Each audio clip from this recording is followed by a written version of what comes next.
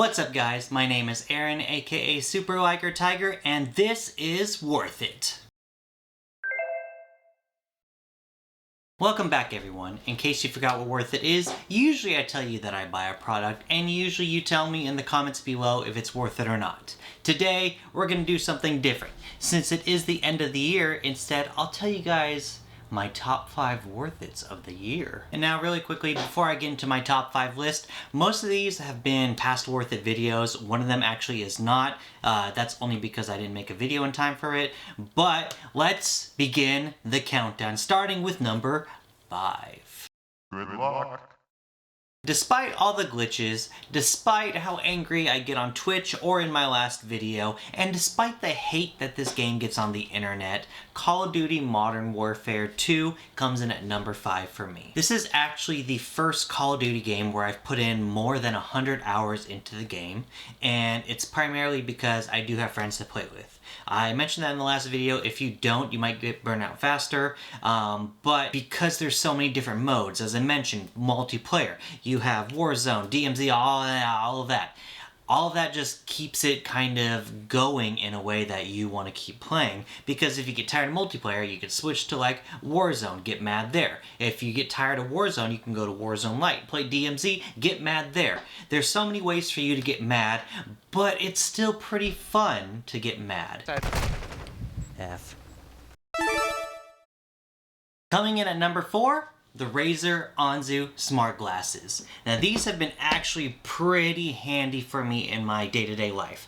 Because I'm in a more front-facing role at my work, I can't really wear headphones because I consistently have people asking me questions or coming up to me and everything like that. So, to have something like these, be able to just play music, have them on, no one knows I'm playing music, and if they have questions, boom, I look smart doing that, then it helped me so much to be able to listen to music and still be able to interact with people as well. Now, in a way, this is kind of a post-worth it, going back to these Razer Anzus. I actually have not used the sunglasses or the phone calls or any of like the touch stuff since I've been using them. I use them specifically for the speaker and it has worked pretty well. No one really hears the sound that's happening with them.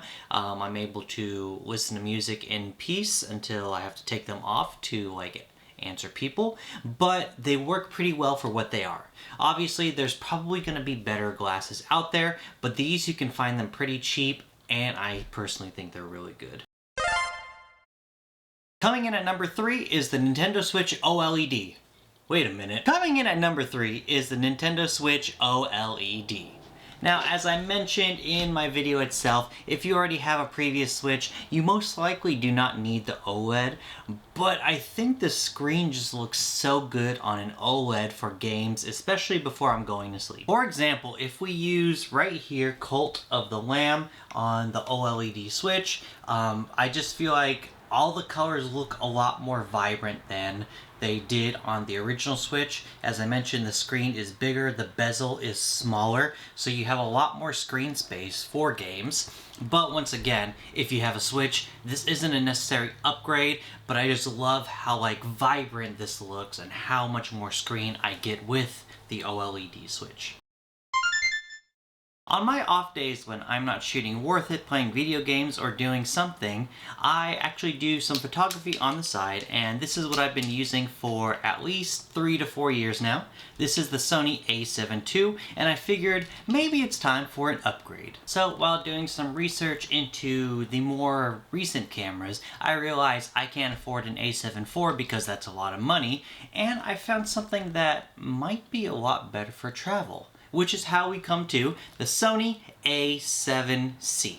So the a7C is basically Sony's a7 III, but with some upgrades that allow it to be pretty good in low light modes, and also has a more compact factor. Like looking at the a7C right here, it resembles more of Sony's APS-C cameras, the Sony a6000 series, and kind of comparing it to the a7 II, it does feel a lot lighter. The eye thing is, I forgot the name, is on the side instead of straight ahead, which is a lot of people's complaints, and I'll explain that in a second. And it looks more easy to like carry and just travel around with, just because it has a lighter form factor compared to the A7 II. Now, as I mentioned, the viewfinder, which I forgot, is actually on the side now instead of straight ahead like the A7 II.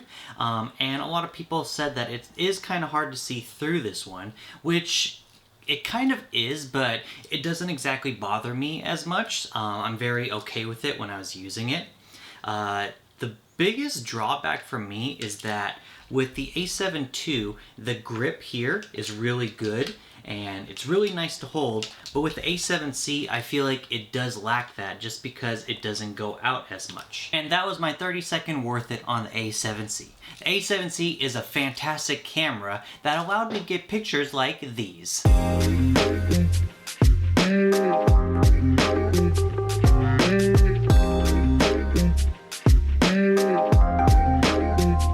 And now for number 1.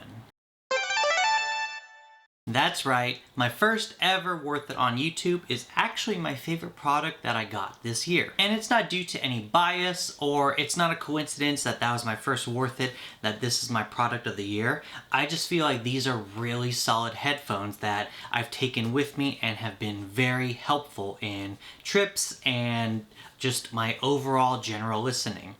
As I mentioned also previously, these are the first like on-ear headphones that I've been able to actually fall asleep with, and it didn't happen once, it has happened multiple times now. And for me, that's pretty big because I'm a light sleeper, anything wakes me up, but these were on and I was able to consistently sleep without any like pressure on my ears or needing to take them off or anything like that. Even recently, I was on an airplane and I unfortunately got to sit with a bunch of crying kids. That was truly magical, and I put these on and my world just changed. These blocked out all noises, I was able to play my mobile games in peace, and I didn't even hear any kids or anything like that until after I took these off when the flight was done. Now, whenever anyone asks me about these, I usually tell them that the Sony XM3s to XM4 and 5, they have better noise canceling. For me, that was a whole new experience when I got them,